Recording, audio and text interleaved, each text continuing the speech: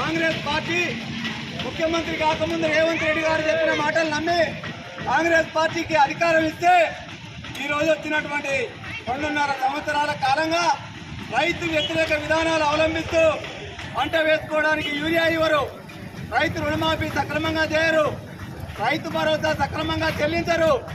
ఇప్పుడు తీరా వస్తే ఉచిత విద్యుత్ ఎత్తివేసి రైతుల మోటార్ల కాడ మీటర్లు పెడతామని ప్రభుత్వం కేంద్రంతో ఒప్పందం చేసుకుని 3 నెలల్లో అమలు చేస్తామంటుంది. రైతు ట్రాన్స్ఫార్మర్ల కాడ మీటర్లు పెడతారట. అందరికీ ఇళ్లలో మీటర్లు పెట్టి సెల్ ఫోన్లో కనుక మనం కార్డులు వేసుకున్నట్టు ముందుగానే డబ్బులు కట్టి కరెంట్ మీటర్లో కార్డు వేసుకునే విధానాన్ని ముఖ్యమంత్రి రేవంత్ రెడ్డి గారు తీసుకొస్తా ఉన్నారు. మేము దీన్ని తీవ్రంగా ఖండిస్తా ఉన్నాం. ప్రజల్ని ఆలోచించమని కోరుతా ఉన్నాం, రైతుల్ని ఆలోచించమని కోరుతా ఉన్నాం.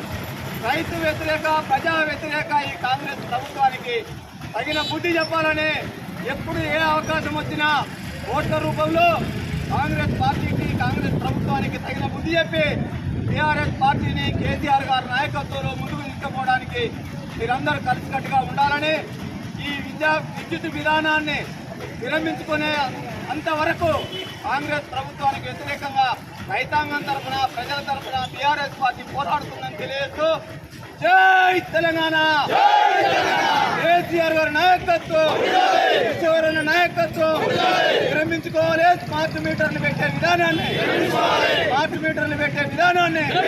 విరమించుకోవాలి. అక్రమ రైతు డిస్కమ్ నిర్మాణాన్ని జై తెలంగాణ.